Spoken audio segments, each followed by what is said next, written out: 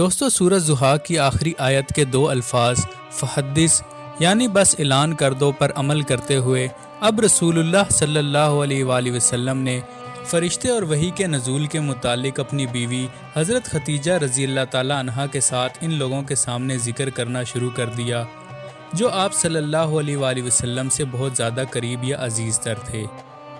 ابھی تک آپ صلی اللہ علیہ وآلہ وسلم نے کسی سے یہ مطالبہ نہیں کیا تھا کہ وہ اس پیغام کو صرف اپنے تک محدود رکھیں، لیکن یہ صورتحال زیادہ دیر تک قائم نہ رہ سکی۔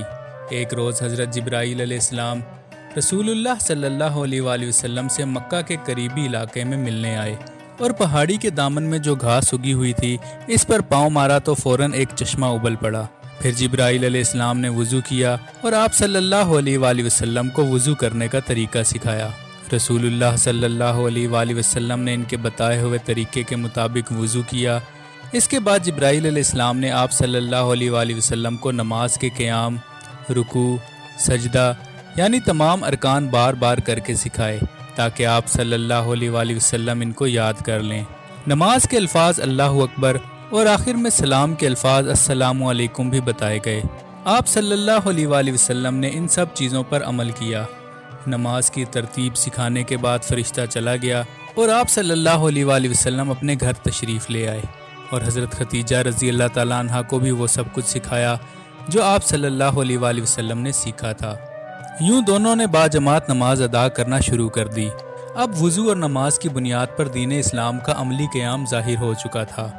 حضرت ختیجہ رضی اللہ تعالیٰ عنہا کے بعد جن لوگوں کو ایمان کی دولت نصیب ہوئی تھی وہ تھے حضرت علی رضی اللہ تعالیٰ عنہ، حضرت زید اور قبیلہ تیم کے حضرت ابو بکر رضی اللہ تعالیٰ عنہ۔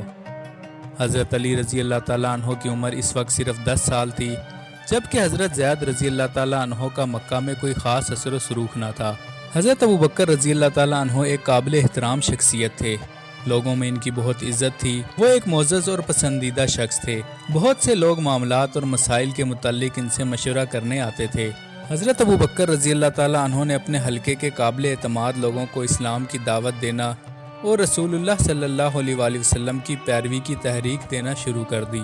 اکثر لوگوں نے انہی کے ذریعے اسلام کی دعوت قبول کی۔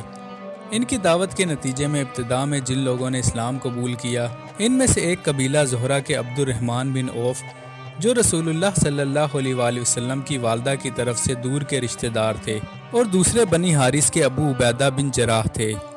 دوستو ابتدا میں جو لوگ اسلام کی طرف مائل ہوئے ان کی دلچسپی نہایت خالص تھی اور یہ کسی انسانی کوشش سے پرکھی نہیں جا سکتی تھی۔ مکہ کے لوگ ایک عرصے سے جانتے تھے کہ حضرت ابو بکر رضی اللہ تعالیٰ عنہ خوابوں کی تعبیر بتانے کی صلاحیت رکھتے ہیں۔ ایک صبح کی بات ہے کہ خالد ان سے ملنے کے لیے آئے۔ خالد قبیلہ شمس کے رئیس سعید بن العاص کے بیٹے تھے۔ اس نوجوان کے چہرے سے اس وقت کچھ ایسے آثار ظاہر ہو رہے تھے جیسے وہ کسی خوفناک تجربے کا شکار ہوا ہو۔ خالد نے آتے ہی جلدی جلدی بتانا شروع کیا، گزشتہ رات میں نے ایک خواب دیکھا ہے، میں جانتا ہوں یہ خواب محض خیالی نہیں بلکہ بہت اہم ہے۔ انہوں نے بتایا، میں نے خواب میں دیکھا ہے کہ میں ایک بہت بڑے گڑھے کے کنارے پر کھڑا ہوں جس میں آگ کے شعلے بھڑک رہے ہیں۔ یہ گڑھا اتنا بڑا ہے کہ اس کا دوسرا کنارہ نظر نہیں آ رہا۔ پھر میرا باپ آیا اور مجھے اس گڑھے سے گرانے کی کوشش کرنے لگا۔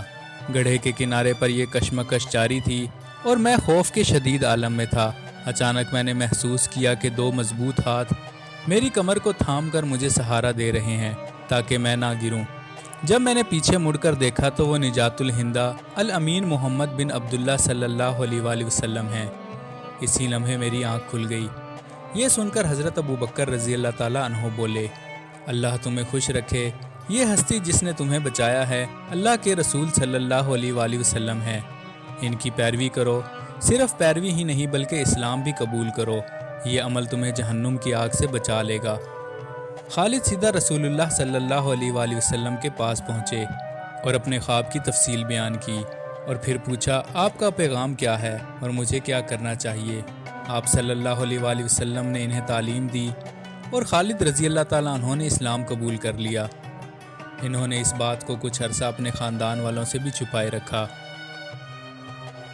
مزید ویڈیوز کے لیے چینل کو سبسکرائب کریں۔